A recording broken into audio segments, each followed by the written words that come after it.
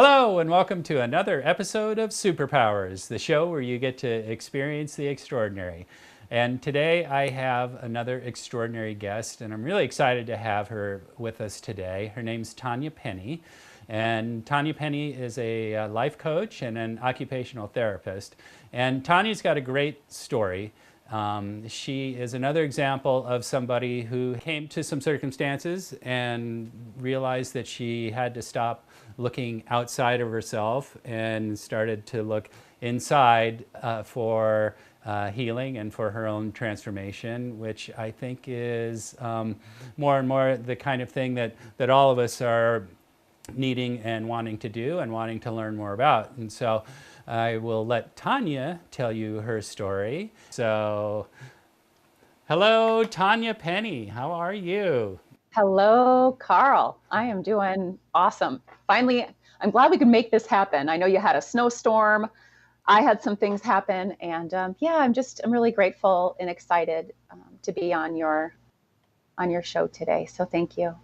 Well, thank you for being here. And so I want to talk about your journey and your healing path and what you got or what got you to that.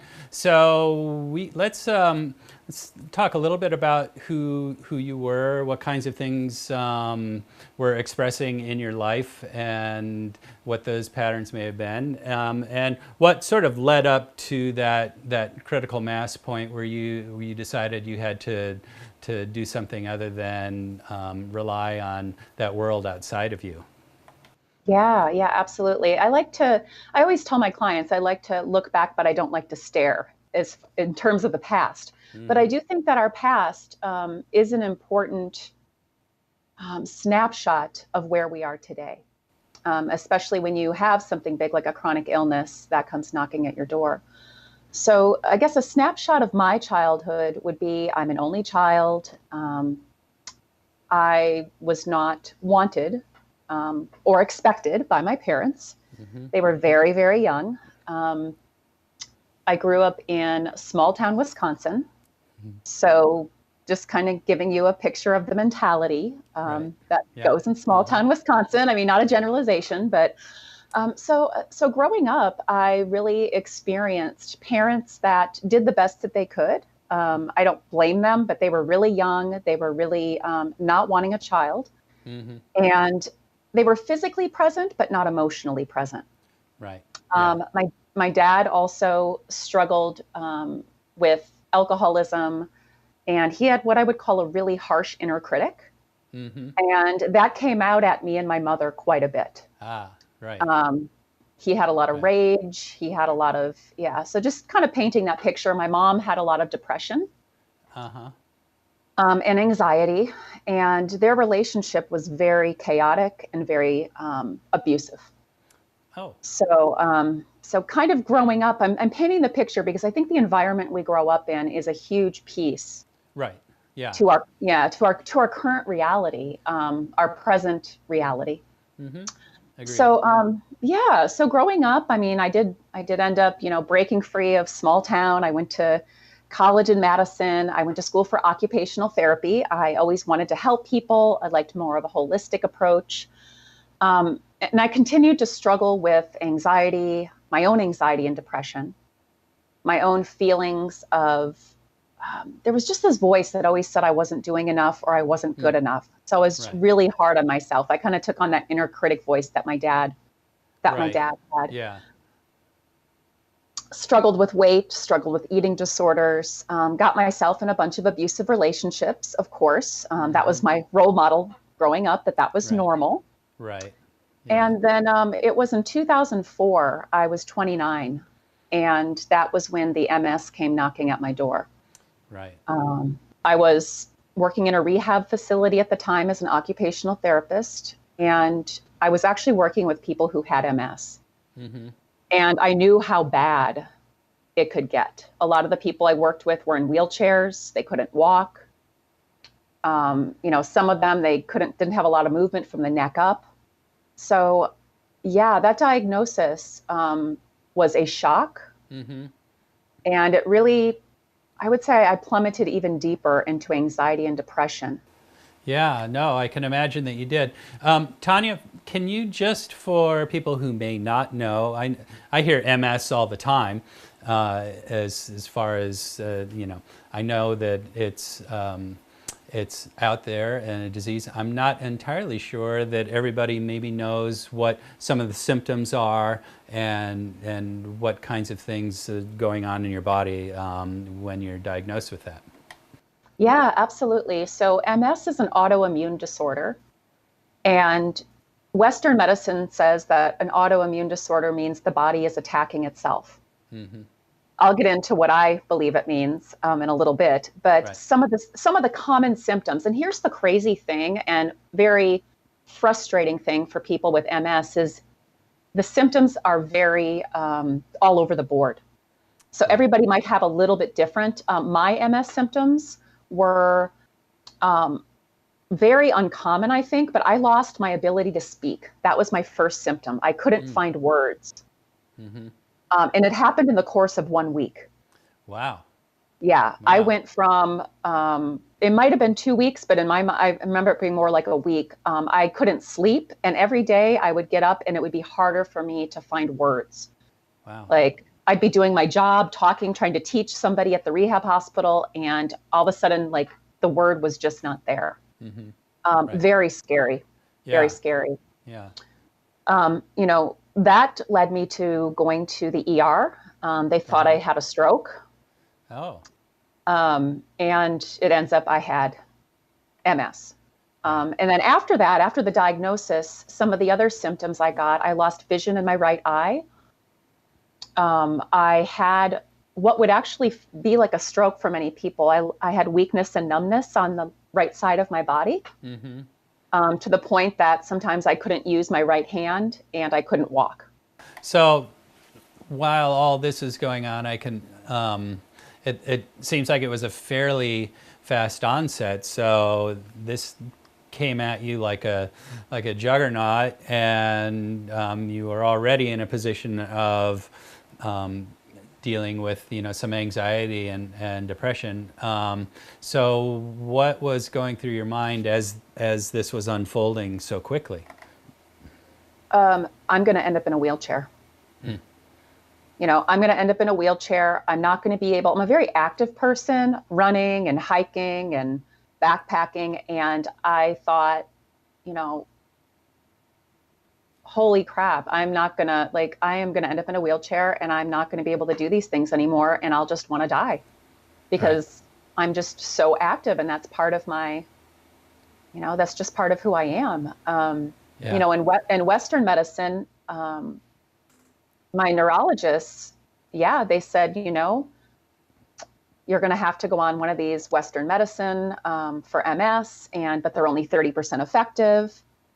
But if you don't go on them, then you're just going to continue to get worse anyways. And I know people with MS listening are probably like, "What MS did you have?" And the diagnosis was relapse remit. Just for those Hmm. people that are Okay. wanting Thank the you. specifics, because I get that question a lot. So yeah, I mean, I felt like at that point, my future felt very bleak, Yeah. Yeah. very bleak. I was So, very depressed. well, understood. And so you weren't really given too many options that were giving you hope, and everything is looking bleak. So tell me what your mindset was in terms of uh, disease and treatment and medical treatment and that kind of thing. Where, yeah, obviously you were an occupational therapist, so you were, somewhat in the field, but were you like many people that when things are going wrong with health, your thought is then you go to a doctor? At that point of diagnosis, that was really all I knew. Yeah, That's what I grew up with, right? And yeah, and sure. Wisconsin, and I went to school for Western medicine, degree, even though OT is holistic and they talk a little bit about spirituality and eating and things like that. It wasn't huge, but Yeah. it's funny because years before I got the diagnosis, I was into yoga. I was into, I tried to meditate. Mm-hmm. So I had already started to kind of do some of these, alternative, quote unquote, alternative types of things to manage my anxiety and depression. Right. Yeah. So Yeah. there was a little piece of me, I would say at that time, that was like, wow, I wonder what else there is. But, and yes, I'm going to look at yoga, but the yoga I knew was like the gym yoga. It wasn't, Mm-hmm. Yeah. Right. Exactly. it was more like yoga for exercise. Uh-huh. Yeah. So yeah, but it was interesting because I had a nurse. I had to go for infusions for my medication, and I had this nurse that was like, "Hey, have you heard about the MS diet book?" And I was like, "No." Hmm. So slowly by slowly, the universe brought different people into my life Right. that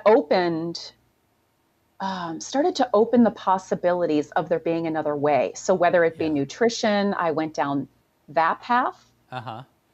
I had a massage person, acupuncture. I started to go to chiropractor. Mm-hmm. So I kind of started this slow journey of opening to other possibilities Right. Yeah. besides my medicine. Sure.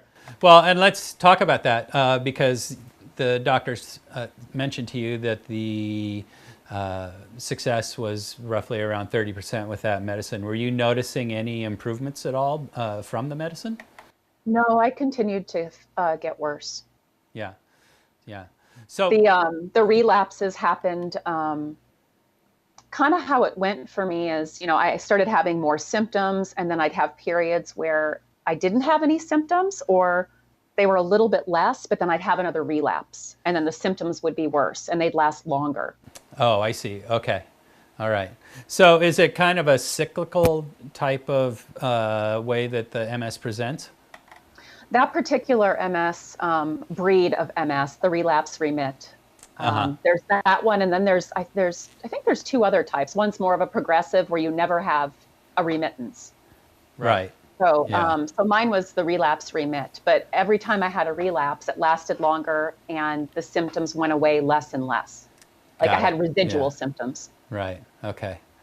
So you were kind of the as the analogy goes, the frog in the pot of water, boiling water in terms of alternative options, and you were getting more and more things, and you were kind of, as opposed to it being like a quantum leap moment, it was something that you moved into sort of incrementally. Yeah, I would say for about, when people ask me, I was diagnosed in September 2004, and in 3 years later, in September 2007, Mm-hmm. was I would call my turning point. Yeah. Okay. Yeah. So I had been slowly doing these alternative things. I think I had started listening to Louise Hay Mm-hmm. Yeah. and the mind body healing stuff during that time. Right. Just a little bit, right? Like Yeah. Hay House Light. And Yeah. There you go. yeah, but my turning point happened right after I'd had my worst relapse. Mm-hmm. I had a really bad relapse. I was actually, my friend said, "Why don't you just go stay up in my cabin in McCall, Idaho?" Um, I had a huge dosage of prednisone, which is common when you have an MS relapse, and Mm-hmm. it just makes you feel crazy, Right. taking prednisone. Mm-hmm. So I was up in this mountain cabin by myself, depressed, self-medicating. I used to self-medicate quite a bit with alcohol, Uh-huh. just to be honest about that. Yeah. And I think that's pretty common in this day and age. And Mm-hmm. I went to give myself a shot of medicine one morning, and all of a sudden, and I was not spiritual at the time at all, Yeah. I heard a voice, and it said, "Put down the needle. There is another way." Wow. And I was like, "What?" And Yeah. and it was funny because I had heard this voice before, but I had softer, but I had ignored it. Right. I Right. had Okay. ignored it. Yeah. Yeah. But something made me listen this time. So a question for you, because sometimes that happens to people, and there are varying degrees and different ways that voices or impressions are heard. And I'm just curious. So you heard this, and And what did you think? I mean, did you think, was that you? Was that something else? What did you think about just about the voice in general? Yeah, that's a good question. I'm trying to remember back to that, and I don't even know. I don't think I even questioned what it was. Yeah, It was yeah, weird. It was like I just knew I had to listen to it. I think at the time I was kind of into, oh, I have this higher self, like uh this, huh, my inner wisdom. So not something bigger than me, but this kind of inner wisdom, sure, I think yeah, is what I believed in at the time. So it was like, oh, that must be that must be that internal part of me, that wise internal part of me. And it was so loud and so firm. I was like, I've got to do this. yeah.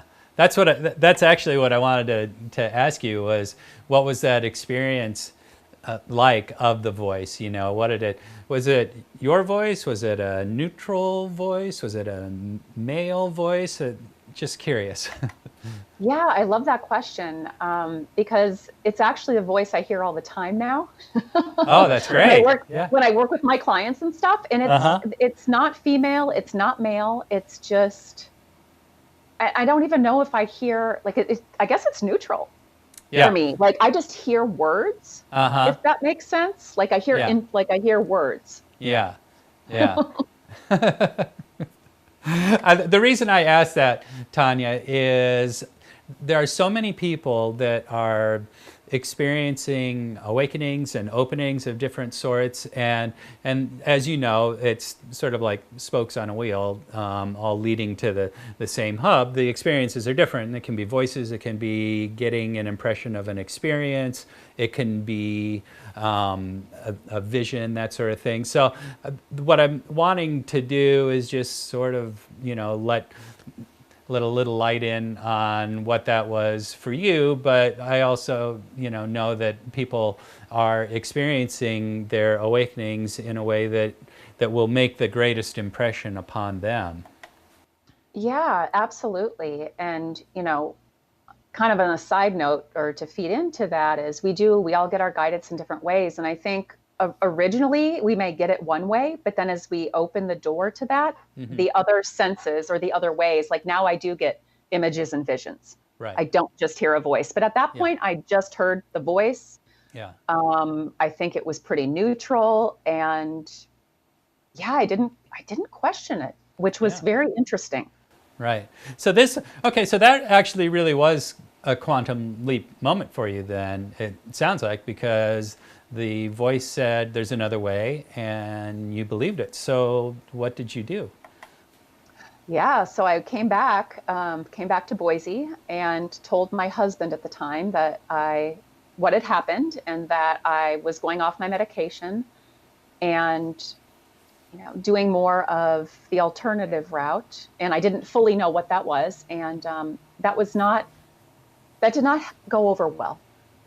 Uh-huh. That Right. did not go over well. My husband at the time and still is very scientific, Mm-hmm. very logical, very not interested in the alternative. Right. Yes.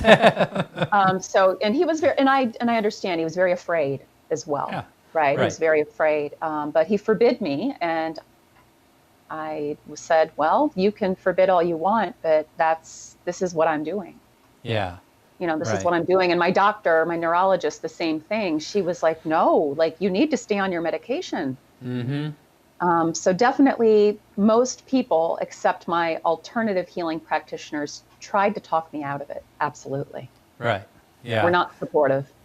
So you opened that door for yourself to move in a different direction, and then you were told there was an alternative way or a different way. So how did you start to find what that was and what was actually going to be helpful for you?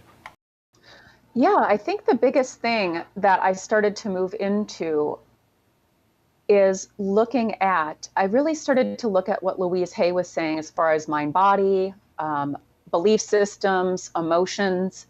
And I really started to do that looking back at my childhood and, Uh-huh. what happened. Like I have this, Louise Hay was all about self love. And I was like, definitely do not love myself.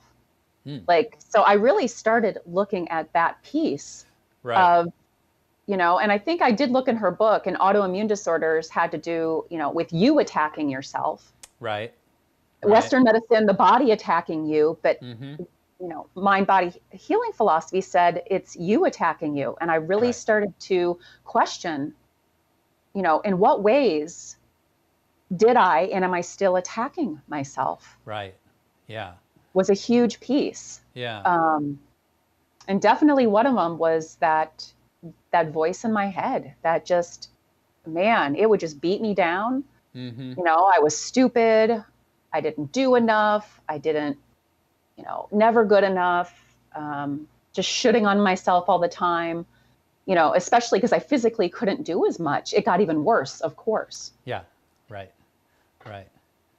So that was a really big piece. That self-talk is, I guess, the first kind of key or piece that I really started to look at and started to work on that. You know, how can I switch that voice in my head to be more accepting, Mm-hmm. Right. more compassionate, and maybe eventually more loving? Right. Yeah. Right. Well, okay. So, and that really is the question. There is how do you switch that, and what kinds of steps did you take, and how much? I'd just be curious too. Now, how much of that was intuitively driven, things that you heard that were suggested, and how much of it did you find, outside of yourself? Obviously, there were some great information came from Louise Hay. Were there other sources too, or was it a combination, or how did that unfold for you? Yeah, that's a great question. As best as I can remember, I did start doing some of the exercises in her book. The mirror work. Mm-hmm. I started to once, I would really, as soon as I caught myself saying out loud or internally something that was negative, Yeah. unkind, I would catch it and I would just acknowledge, oh, there, my inner critic is saying this, Right. and I would write it down, Mm-hmm. what it was saying, and then I would write down what I call an opposite truth. Oh. I would write that down. So if my voice was saying, you're stupid, I would write down, you're smart, Mm-hmm. you're smart, you're good enough. And I would write it and I would just keep saying it. Right. So Yeah. I would write it, I would say it, and I would do that until I started to feel even a tiny shift, like a tiny part of me that would even believe it. Right. Yeah. That's what I was curious about, was that part of you that would accept and believe that. Did it need examples and empirical evidence, and Oh, how yeah. hard was that to persuade? Well, let's just say at that point, on a scale of 1 to 10, my self acceptance was probably at a 1. Oh, ouch. It was really bad. Yeah. Just because the verbal abuse I had growing up, I also had physical and sexual abuse. Hmm. And so, just for all those reasons, I just felt like I was a piece of crap, right? Yeah. I must not have been good enough. So, all Right. those things. So, this was an ongoing, and it's still, I joke with my clients, my perfectionist, I call it the perfectionist, the inner Yeah. critic can still come in. Sure. Like, even when I'm going to do this interview with you, Carl, it'll come in and say, oh man, you're stupid. You have nothing to say. Hmm. It'll Right. still, so it hasn't completely gone away yet, but I Uh-huh. would say right as of today, I'm probably at an 8 out of 10 versus a 1 out of 10. Right. So. And I started to do this, like really started to do this deeper inner work and shifting those belief systems in 2007. Right. Yeah. So you've been on So the it's, journey, and yeah. yeah, it hasn't been fast. I would say another tool that has been really important for me, and for most of my clients, is I create I call them guided therapeutic meditation practices. Mm-hmm. And they go through different key pieces, but one of them is switching those belief systems. Right. Yeah. And you can listen while you fall asleep at night. I Mm-hmm. do it midday still as a nap, a napitation, my clients call it. Yeah. You Uh-huh. can listen first thing in the morning if you wake up and you feel just, ugh. But Right. that's been another key piece, tool for me in Yeah. switching what I call that negative self-talk or that voice in the head. Right. Yeah. Definitely. Yeah. Well, and we all have a vast storehouse of data floating around that we're unaware of. It's just in our subconscious mind, and that record light is always on. So everything that has ever happened, it seems like, is there. And if it was paint and it was a color, it's putting its color into the rest of who you are all the time. So many things filter through that. So I can see the benefit of, even if you're asleep or you're napping or whatever you're doing, if you have something that is giving you positive input versus negative input, that it would be a huge benefit. Absolutely. And I mean, most people listening to this probably have heard before that, our beliefs are everything. Yeah. They create the way we behave, the way we act, the way we perceive the world. And so I think that's just a really important piece, Yeah. is discovering what those negative thoughts and beliefs are, and then not beating yourself up for having them, Right. Yeah. but kind of looking at where this is where it comes from, Mm-hmm. and then how do we change it, right? Right. We don't have to continue believing that. We can change it, Yeah. which Yeah. I think is important, right? Question for you, and I don't know that you'll know an answer to this, but I'm a little curious if you have any sense of what the progress in the healing of your body was, and how it correlated to the changes that you were making, internally, and what those steps were like, and how that came about. Yeah, what I started to see, so from 2007 to 2010 is when I was deep in what I would call the emotional healing, spiritual healing um, time frame, Mm-hmm. right? By 2010, September 2010, my symptoms were gone. Oh, okay. So within 3 years, Yeah. it was gone. So one of the pieces that I saw was especially the weakness and the numbness on the Mm-hmm. right side of my body, Right. that the less I beat up on myself, Uh-huh. the more those symptoms went away. Oh, So I saw okay. a huge, like I was actually able to see that. Like I'd lay down to do a guided meditation. I'd wake up feeling more accepting of myself. Those symptoms would be sometimes gone. Right. Yeah. Sometimes they would have just been less. Uh-huh. So that was definitely a piece. I also noticed, I call this part of me pretending to be superhuman or superwoman or superman, Mm-hmm. whatever gender you are.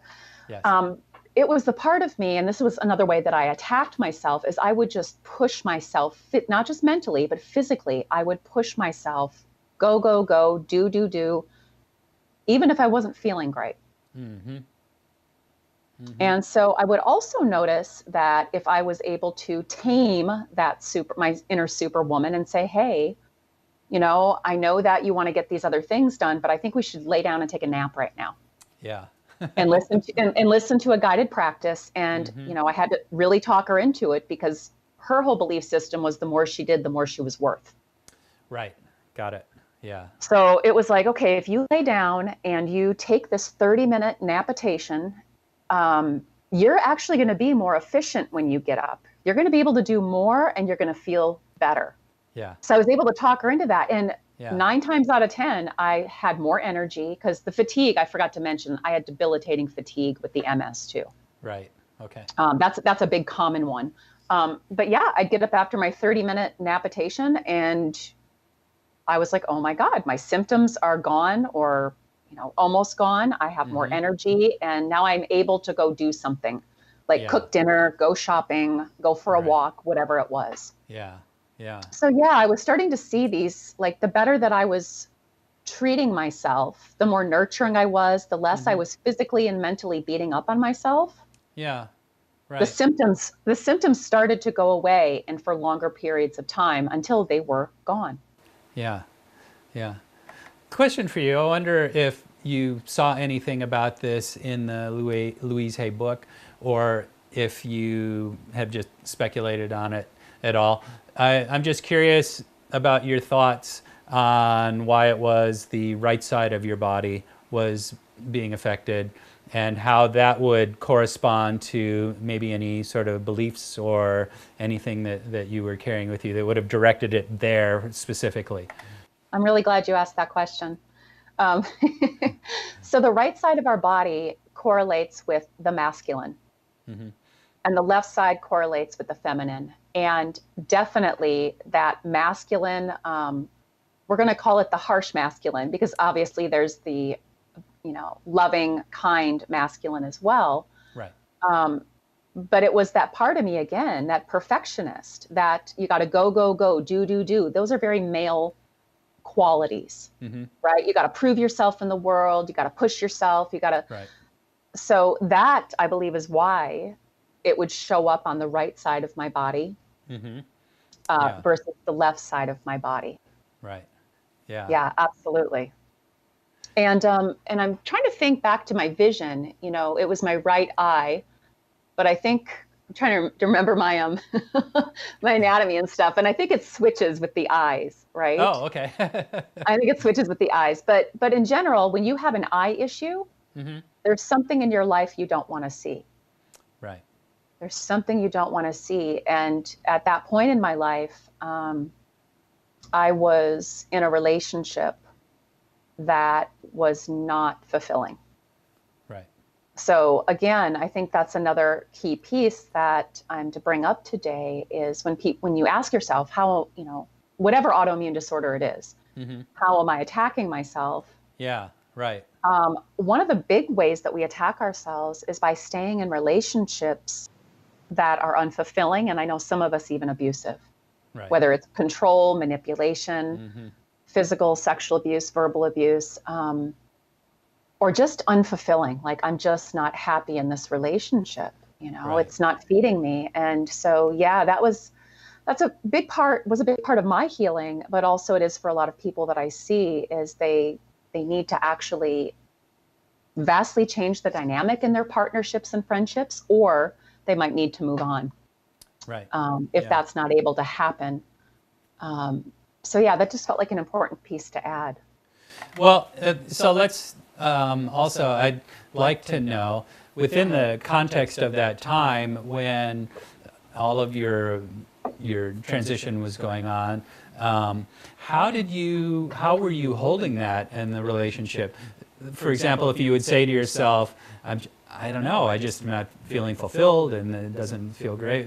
What would your internal, critic, and what would your internal response be to you for having even brought up the idea that maybe you weren't happy? Yeah, that was scary for that part of me. Um, I mean, there was a part of me that's like, yeah, we can move on, we can do this. Like, it's not fulfilling. And then the fearful part of me was, it was saying, no, we can't support ourselves. Hmm. We can't leave the marriage because, you can't support yourself. And, everything I heard growing up actually from my father, women can't manage money, they can't support themselves, they need a man Uh-huh. um, to take care of them. Right. All these things. So yeah, there was definitely like that internal struggle. So again, what I would need to do, and it took years. I mean, it took me about 2 years from the time I knew I needed to leave the marriage until I left it. Hmm. Right. So to everyone listening, it wasn't like one day I was like, oh yeah, I need to leave it, and the next day I did. Yeah. Like I really had to work with that fearful part of me, and Yeah. specifically the belief that I can't take care of myself, Right. right? I can't take Yeah. care of myself. I can't support myself. And so, it was interesting. I would actually record these guided meditation practices for myself Hmm. with Yeah. those opposing, the negative belief and the positive truth. Right. Whenever Yeah. I came upon another key piece to healing, I would, okay, what beliefs do I need to work with in order to change this piece, Right. right? To change Yeah. this piece of my life. Yeah. Yeah. But yeah, it was definitely that internal struggle. And it definitely took some time to soothe the fear and believe that I could support myself. Now, was that, would you say, was that your greatest struggle? Did you have any sort of beliefs at all about about failure and that it was your fault and you walk away from a relationship, and did you beat yourself up for that at all, or it was Oh really yeah, more that just came a, in. yeah, Yeah, that definitely came in, like the not good enough stuff again, right? Well, it's yeah, not working. It's not working because it's not good enough. You didn't try hard enough. right, So that inner critic perfectionist was definitely there. mm-hmm, There was also, I guess you would call it the people pleaser, that, mm-hmm, if you just do certain things, he'll change, and then, right, you know, and then it'll work out. yeah, So yeah, definitely there was that piece. The other thing I really had to start doing, it wasn't like I just said one day to him, I'm leaving. I would, try to have conversations where I would speak what I would call my truth, right? Like, yeah, right, this is what I would like. This mm-hmm, is what, I need to change or stop. So, so we can have a better marriage. right, So it was really about me speaking up too, which is something, you know, I would say most people listening, and all of my clients, like that, speaking your truth, mm-hmm, like having the courage to be and speak your truth, what you want, need, and desire, because that was something that wasn't allowed in my house growing up. right, yeah, Um, so that was a big piece for me too, like that setting, I guess some people would call it setting boundaries, right? Setting and keeping yeah, healthy boundaries. mm-hmm, right, That was a big piece for me, not only in, deciding to leave my marriage, but I had to do that in my friendships too. yeah, A lot of my friendships were, I don't want to say abusive, but they kind of usury mm-hmm, thing. And I'm talking about this because I don't want to just focus on partnerships. It's like all relationships. sure, uh-huh, Um, I needed to look at those and realize, you know what? They're not really honoring me. They're not really respecting me. mm-hmm, They're not really giving me the support that I desire, and I'm giving it and I'm not receiving it. right, So right, that was another big piece. yeah, yeah. That a lot of people, myself included, needed to change in order to love myself and not attack myself. Tanya, I'm sorry. In terms of just chronology and your healing, where was the relationship work, and when did you finally leave the marriage, and where did that correspond to your healing in your body? Yeah, so it was probably a year before the symptoms were completely gone, Mm-hmm. that I had the conversation with my husband and said, hey, I'm not happy in the marriage. These are the things that I really like. For us to continue, I need these things to change. Right. And, we had already done marriage counseling. And I said, I don't think this is I think this is an individual, like we both need to work on our own stuff. I need to work on, having the courage to speak up, and Yeah. you've got some control issues Uh-huh.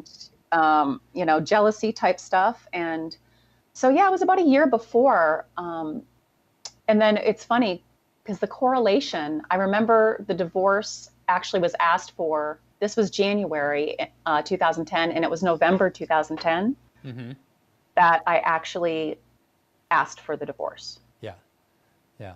And by that point, I was like, oh, the symptoms are gone. Uh-huh. Right. Right. Yeah. So that Yeah. was kind of the Yeah. correlation for the partnership, at least the Sure. marriage, Mm-hmm. um, that dissolved. And it was that year as well. God, it's so interesting. It was that year as well when I decided I needed to leave my hospital job as an OT and start my own business. Oh, wow. So There you that was go. a piece too. So Yeah.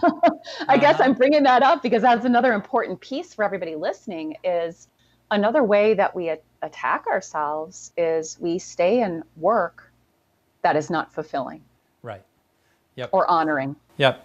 Well, and it's that exact same belief that you were expressing about the relationship and leaving the relationship, that you wouldn't be able to support yourself. And we think same thing with our jobs. I can't leave this job. What am I going to do? How am I going to support Oh, myself? what if I fail? Yeah. You know, what if I fail? I'm not good enough to own my own business, you Yeah. know?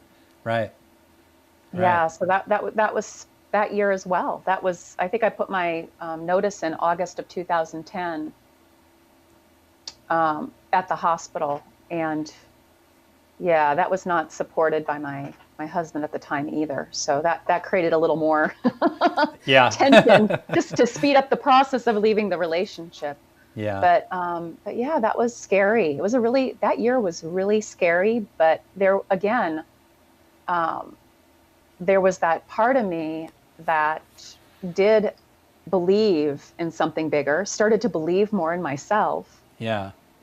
and that, you know what, this looks like, you know, excuse my language, kind of a shit show right now, but it's Hmm. really, I know it's going to be good. Like my Right. body's starting to feel better. Yeah. Even though Yeah. this is really scary, I know that this is a piece of my healing. Like I just knew it. Well, and your body was, like everybody's, was a barometer of your interior landscape, and so. But you, I mean, as you've mentioned, you've continued exploring, continued, cleaning out the stuff in the attics that you don't want, and Yeah, where it do you didn't think? stop in 2010.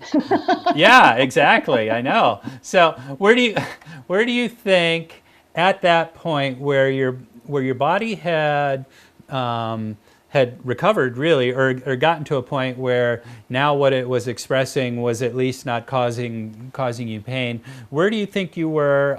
You use your levels of 1 to 10 and self acceptance and things. So where were you in self acceptance and self love on that measuring stick? Yeah, I would say I was probably at that point, probably a 6.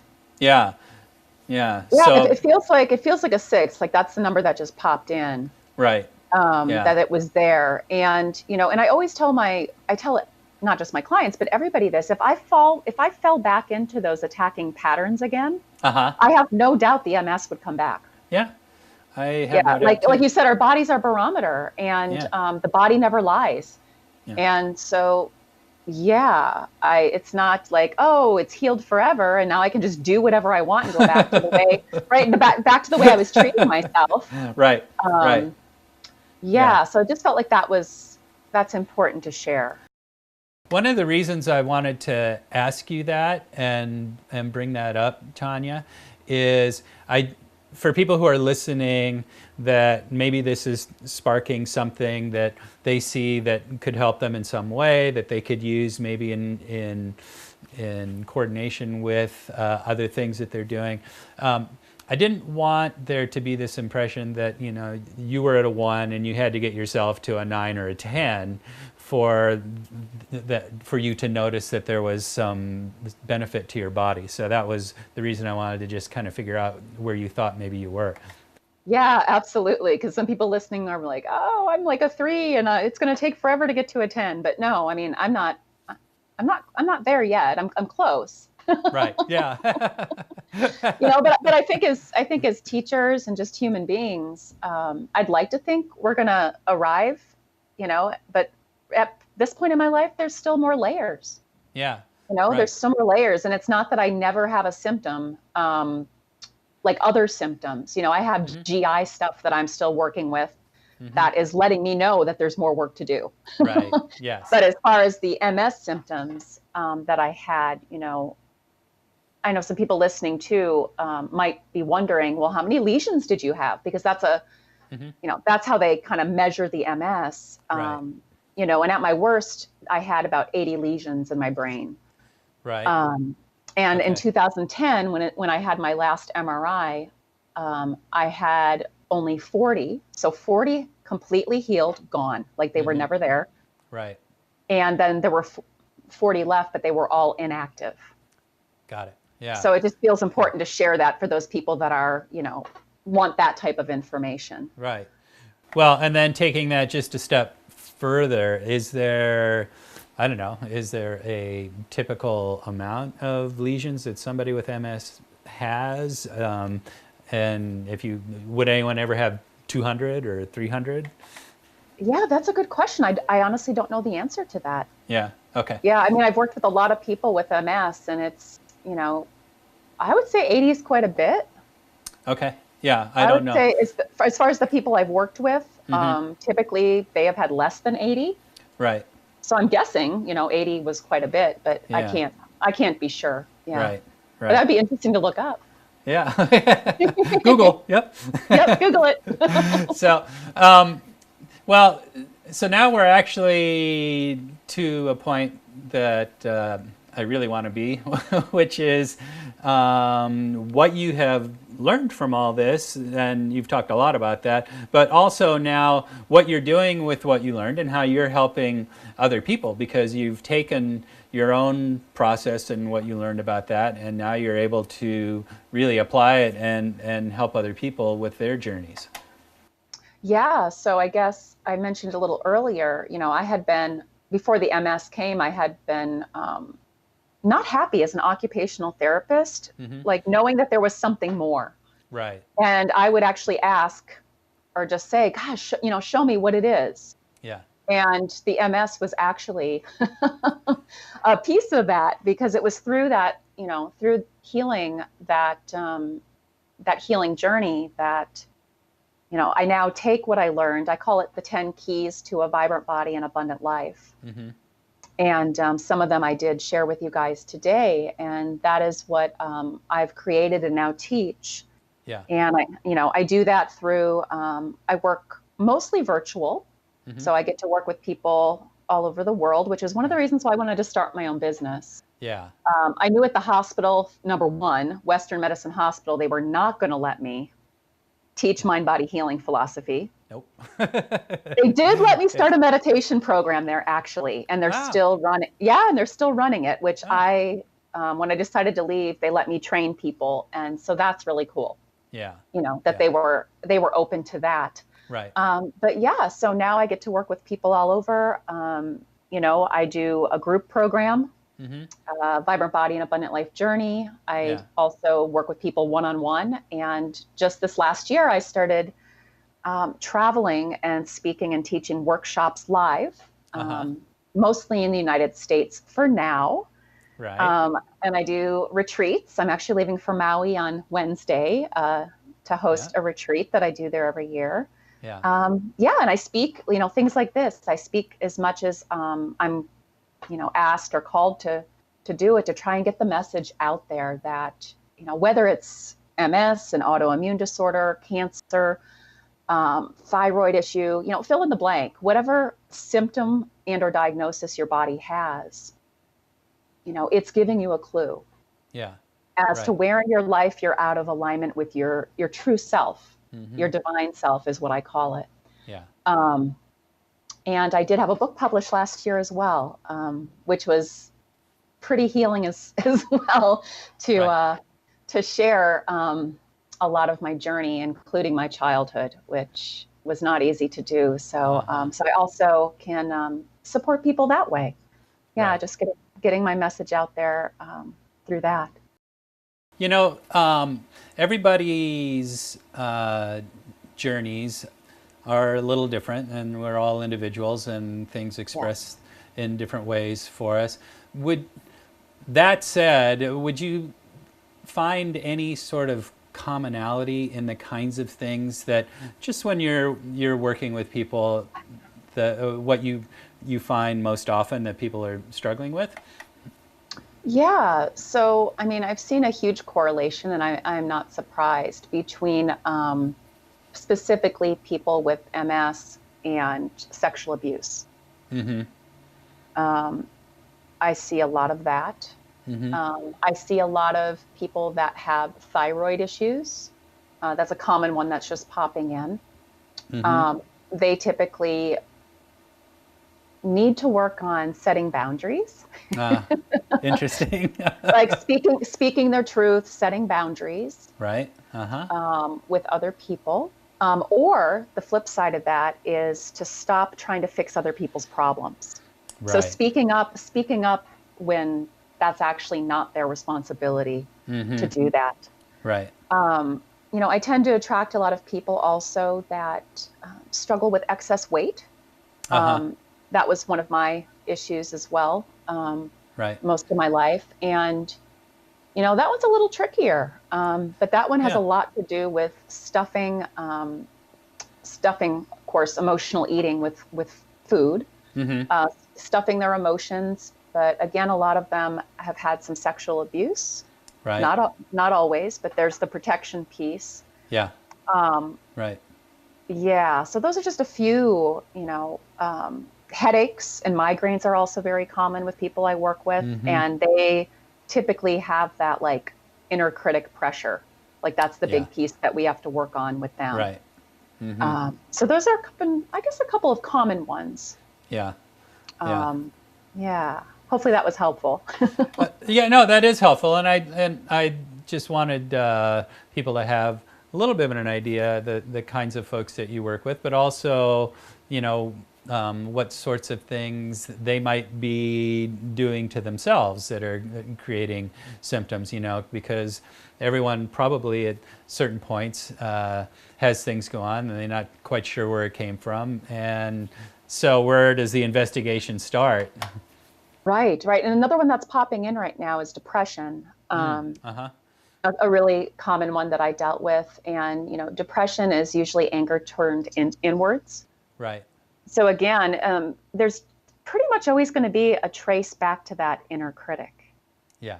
For most of the people, most illness or disease, but like you said, it can come out different in different areas of the body. Right. But yeah, that's a big one too, definitely. So Tanya, real quick, I don't remember that you mentioned the title of your book that is out. So you tell us that real quick, and maybe where people can find it. Yeah, absolutely. The title of the book's called Connecting with the Divine You. And it pretty much goes through my foundation program tools Mm-hmm. to help with many of the things we talked about today. But it also weaves in my story and a story of many of my clients. Right. So it's kind of a fun read. And you can find that either at my website, tanyapenny.com, and on Okay. the top it says book. It's also on Amazon, both paperback and Kindle, and it's on Barnes and Noble. Okay. Great. Fabulous.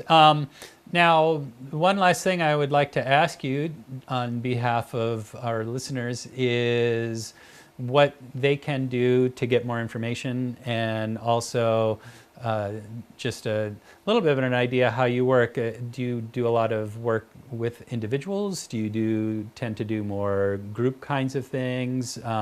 Just so they have an idea what kinds of things that you're actually doing with people. Yeah, absolutely.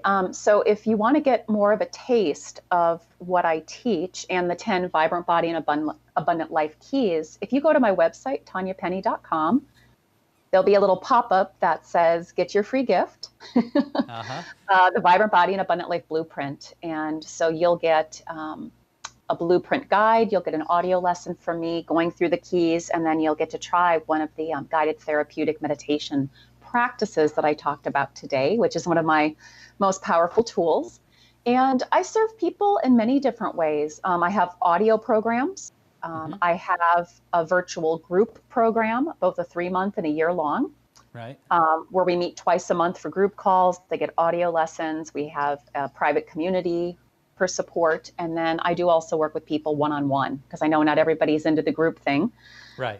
Yeah. So yeah, I do also work with people just privately, phone, Skype, or Zoom. And once in a while, I'll see people in person if they're in my city. In your neck But of the woods, yeah. yes, which will be changing very Yeah. soon. So I'll be transitioning to Florida for a little while. So Yeah. you never know. I do might be doing a live workshop. I'm actually doing a workshop there.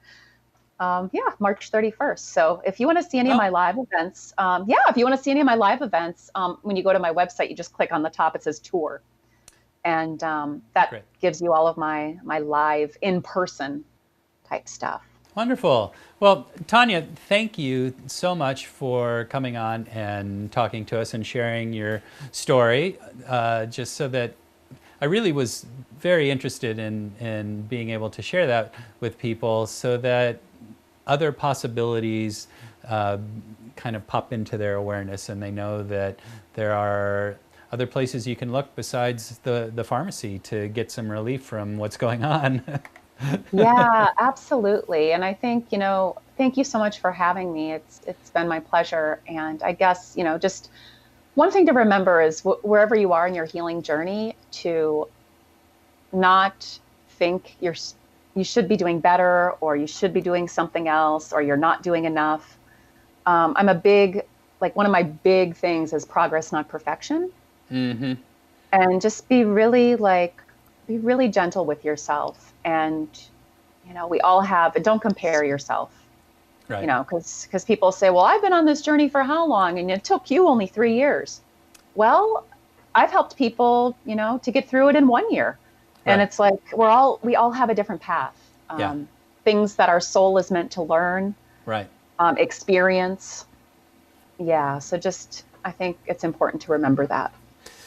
I agree with you. I think it's very important to remember that. I also think that what is really important here, and almost the most salient point of all, is that when we're in these situations and under these circumstances, that we really want to look within. That's where the source of it is, and your body is simply telling you what's going on, but it's it's that interior landscape, and our tendency is so much to look outward and find things outside of ourselves, and that's not really going to be the answer. And so that's another reason that I really wanted you to share what your story had been. Yeah, and I just keep bringing it back to that. I think that's so important, and trusting yourself. Yeah. That's a big piece of what I work on with my clients too, because I could have came home and said, you know what, to my husband at the time, I had this voice and it told me to stop and it told me to do this. And Right. if I didn't trust myself, because he was not supportive, if I Yeah. didn't trust myself enough, I probably would have not followed through. Yeah. Yeah. So I think that's, just it's important, Yeah. trusting, listening to your body. Your emotions are also definitely bringing you guidance. Hmm. So definitely asking those questions, right? Like, Yeah. body, what are you trying to tell me? Whatever the Mm. symptom is. Right. And the guided meditation, that's one of the things it'll prompt you to do is connect with your body and ask it, why are you here? Whatever the symptom is, and what do you need from me? What do you need me to change? What are you trying to show me? Yeah. And then listening, right? And then Yeah. listen. Exactly. Listening and paying attention, following through. Yeah. Taking baby steps. Yep. Sometimes we take big leaps, but oftentimes I tell my clients it's going to be a little baby step towards that guidance. Yeah. So I think that's another thing that can even hold us back from hearing our guidance, is thinking, oh my God, that's too big. I can't do that right now. And it's like, Hmm. what if you could just take a little baby step towards that direction? Yeah. Well, also the other thing too is to remember is that the guidance might be a very small, still voice, as opposed to Might not be loud, like a great mine. big shout. So. Well, and oftentimes it does come in quiet at first. Hmm. Like I said, I know that voice had come in quietly before, Right. Yeah. but I think it gets louder and louder, like the body gets louder and louder Yeah. if you're not listening. Yeah, with the nudges at the intuition start, very gently, just trying to get your attention. And if you don't give it, then the door gets kicked down eventually and the house blown up. And so it gets The two bigger by and four. bigger. Yeah, this might work. The 2x4, it's like, oh man, and I've needed that's how I learn in the past, Yeah. especially 2x4s, not so much now, but in the beginning of my journey, 2x4s. Yeah, yeah. Well, thank you so much, Tanya. I really appreciate you being here and speaking with us today and just sharing your time and your story. Absolutely. Thank you so much for doing this. I know it's a labor of love. That it is. Okay. And that is Tanya Penny. And again, she has her website, tanyapenny.com. If you have questions, if you want to investigate more what other possibilities might be available to you if you are going through some things. And I think it's always beneficial for us to really stop and look within and pay attention to what we're hearing, what we're seeing, and start our transformation there rather than outside. Thank you all for being here today on this episode of Superpowers. And remember to go out there and experience the extraordinary.